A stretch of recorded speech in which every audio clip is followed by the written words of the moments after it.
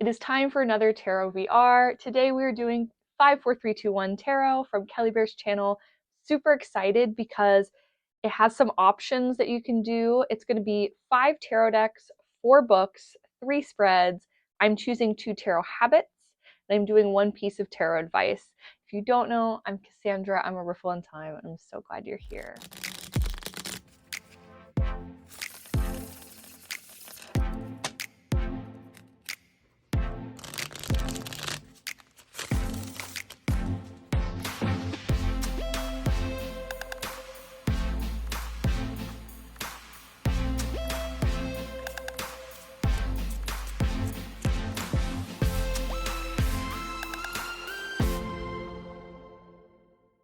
I chose for my 5 decks the category to be kind of like my fall or autumn decks. So I have technically more than 5 decks here, but it's because this is like 2 options of the same deck.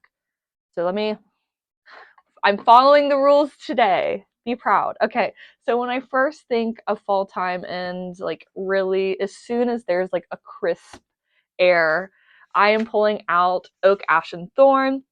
This is the full size. I usually do the mini because I love to take this on like kind of a hike vibe and just like go for it. So I usually keep with me. I riffle shuffle, let me get some cards in order for you. But I usually keep it on my person during this time of year. And I think the nature of it all, the colors, it just speaks really fall to me, especially like these oranging browns, a lot of like leaves. It's all based out, obviously, in that kind of woodland creature theme. I also love Adam's art, so this is already like an obsession of mine. As you'll see, the next deck is also illustrated by him as well. So I just really love this deck for the fall time. If I could choose one deck for the fall, this would be my deck. I really feel it at this time of year. And honestly, though, like it has different seasons, I don't find myself drawn to it in like the other seasons like I do. This, which is Smoke, Ash, and Embers, I am drawn to this more year round, but something about like kind of the fantasy vibes I get during like the Halloween time of the year, which Halloween's all year for me, but especially when I'm watching more of that kind of like fantasy type of vibes. And it's gorgeous. But I do find these 2 decks specifically, I like to pair together. I know it's not everybody's thing to pair 2 tarot decks together, but I do, especially since they're from like the same creator, the same illustrator, same artist, you know what I mean? It's just, they really do suit each other well. Next up, the Halloween tarot. We'll do that next because it is a given. Again, I'm Halloween all year round, so you might see this pop up in the middle of July. Who knows? But I love it. I think it's like perfectly on the border of like not too like kitschy cute, but also being like a fun Halloween deck. I really enjoy the the small changes of like bats and ghouls. You know, it's definitely, I think, like a cute little Halloween vibe. It's also this is the 10 version, so it's perfect to throw in your bag. And again, I'm on adventures in the fall. I want to take this spooky places. Then we have, this deck is not specifically themed for like the fall or anything, but it is the Future Ancestor Tarot, which for me always feels super earthy and grounded, something I need always, but especially in the like later part of the year, this time of year, I feel very like introspective. I can get pretty like grief heavy, seasonal. Seasonal depression is great. And to be supported by such a like nurturing deck, this deck just like really has loved me and held me in a lot of spaces. And I just find that this time of year, again, it's like a go-to. It lives on my desk. The last one I have is actually Hush Tarot. The last spot was a fight. There was several decks that could have been here, but I do find that I don't use Hush Tarot as much like throughout the rest of the year. So I did end up choosing it. It is pretty, again, in that like darker shadowy side. It's got that like creepy spooky vibe, and again, I'm just really like feeling it this time of year, and I will find myself really drawn to this. So like I really kept specific to just doing tarot because there are lots of oracle decks I also like to use this time of year. But I thought this was another really great solid choice, and something that I actually really do favor this time of year, because I like to, like, when I'm picking a deck, I almost do it like when I'm pulling a card. I will like really like intuitively pick a deck. So any deck technically is fair game, but I find that these are the ones that are like repeats.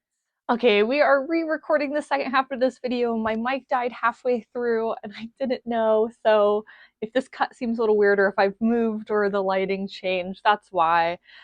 So what we are doing next are the 4 books. So I did guidebooks specifically because I do love a good guidebook.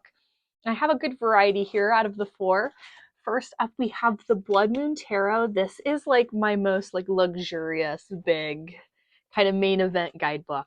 This art book is so beautiful. When I found out that I could see more of the card, you know what I mean, like closer up, get meanings for like the intentions, and then also, let's go to the back, like get actual like art for one of my favorite artists. I couldn't say no. And I mean, it is like really, really well done. I also have like the very opposite, a tiny, like little thin book. So this is from Playful Heart Tarot. I really love the language in this, and like how I don't actually often do like cutesy, but I guess when I do it because this is definitely the wording for everything. Is like for the Fool, hooray, the summer vacation, like Team Bunny. There's like definitely like really cute language in it, and I just love it, honestly. I think it's a different perspective sometimes, but always like seems to hit just right. I really love that one. Next, I will open up here. This is my favorite guidebook for a beginner that is like an actual like paired with a deck. So most decks have like a little white book or like something similar, a smaller size, like not a lot, at least not any that I can think of even at the top of my head have a guidebook this size. So this is like, there are like almost 80 pages before you even get to the meanings. So when you get to the meanings too, you're getting the upright, the reversed, you're getting a lot of like, you're even getting like a quick read, and then like there's a note section. It's just a like really great guidebook. And if you're wanting your learning material to match your cards, it's important to some people, that's a really cool option that's not like RWS specifically. So, well, it's an RWS deck, you know what I mean. The original. But this is the Gentle Tarot, is my 4th. I really love this guidebook. I have talked about this guidebook probably the most of a tarot guidebook. I think I've talked a little bit more about an oracle guidebook. I have it off the top of my head, but this guidebook is really, really something special. Let's open up, and it gives you so much information. So you have the full colored image, you have like what the card represents, then you have an upright and reversed meaning. Hold on. Let's, an upright and reversed meaning with like a journal prompty kind of questions, and then you also have the art symbolism. So you're getting like 3 pages worth of information with every card. And I've said this before, I think, on here, you could use this book solely by itself. You don't even have to have the cards. Or you could use this, like, even if you're not really familiar with tarot, you could use this for like a practice, like a self-care, like healing practice for yourself, not really knowing what's going on elsewise, but it's just so like, I feel like it's one of those like really mentally and emotionally supportive decks.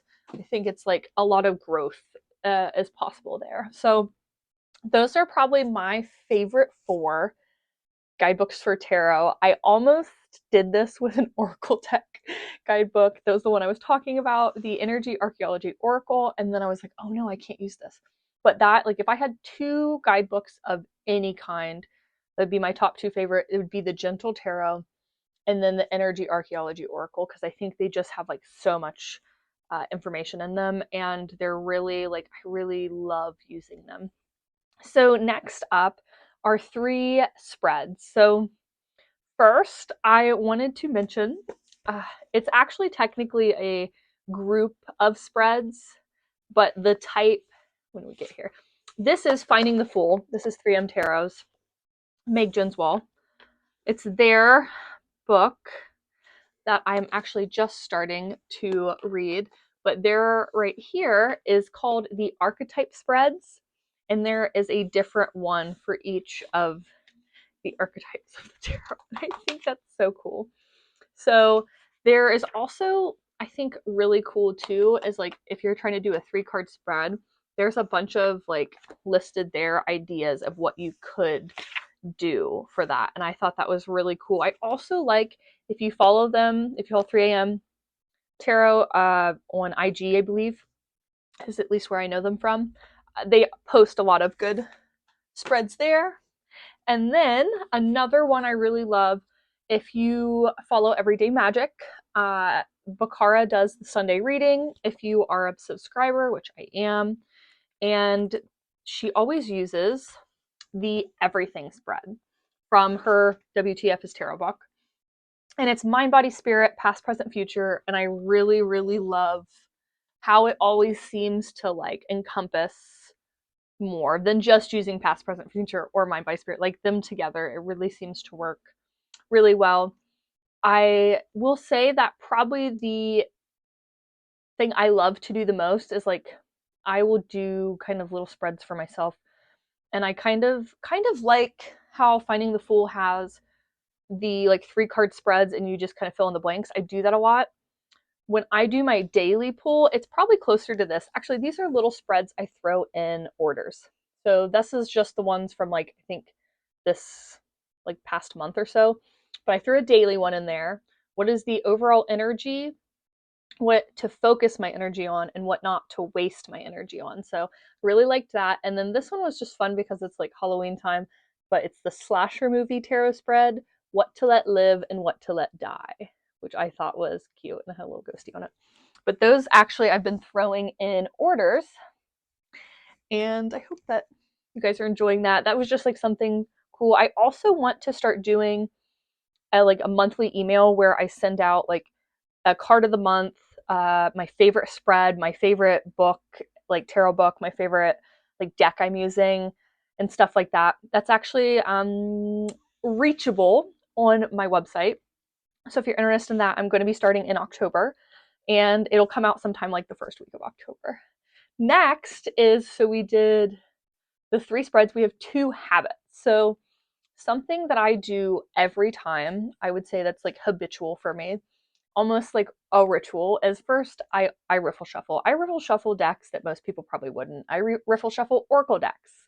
And it's just really, for me, it's a way to like really become present. It's like how I open channel. It's where I'm really able to like start feeling my own energy, the energy in general. And it's something I do rather like, I guess not just frequently, but it's like, it feels almost like just a part of it, as like pulling the cards themselves is. Like I know that people will pull cards differently. Even I will switch up, like if I'm taking the flyer, if I'm taking the top, if I'm pulling like from the middle, like, you know, there's like different ways, laying them out. Like that will change for me, but what rarely changes is if I'm riffle shuffling. I'm usually always riffle shuffling. And then my other is honestly, I think my other ritual really slash habit is when I pull a deck, I'm picking it intuitively like I'm pulling a card. Like I take my minute, I take my breath, and then I just go to the one I'm most drawn to. And it might not be like my favorite one at the time, it might not be my newest one or the one that like I'm supposed to be showing that day. I pull from the deck that I'm like picking. Like again, like I'm picking a card and like which one feels like it has a message for me. So that would probably be my second habit. And then last is a piece of advice. So my one piece of advice for tarot and really life in general is just to run your own race. And as long as you're like, obviously you're not hurting anybody else and like this isn't affecting someone else in like a negative way, I don't think there's really a wrong way to do your own tarot practice. I don't think there's a wrong way to go on your journey. And you can have as few or as many decks as you want. You can pull them any, shuffle them anyway. Like, really, there's no set rules. If you pull a card and it's not like the traditional meaning is not what you feel is coming, it's your reading.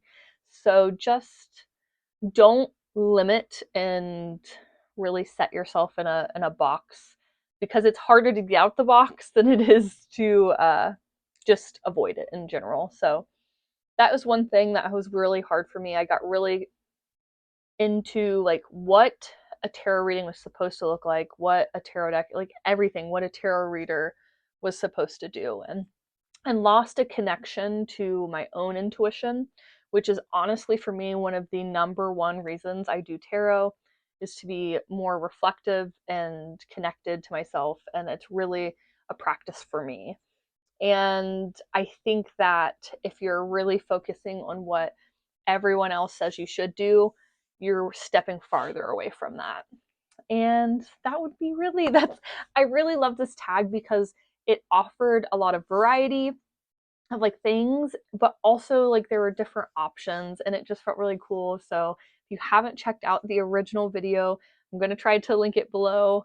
I haven't figured out all of the YouTube things yet, but I want to link Kelly's video below because I really enjoyed it. And until the next time.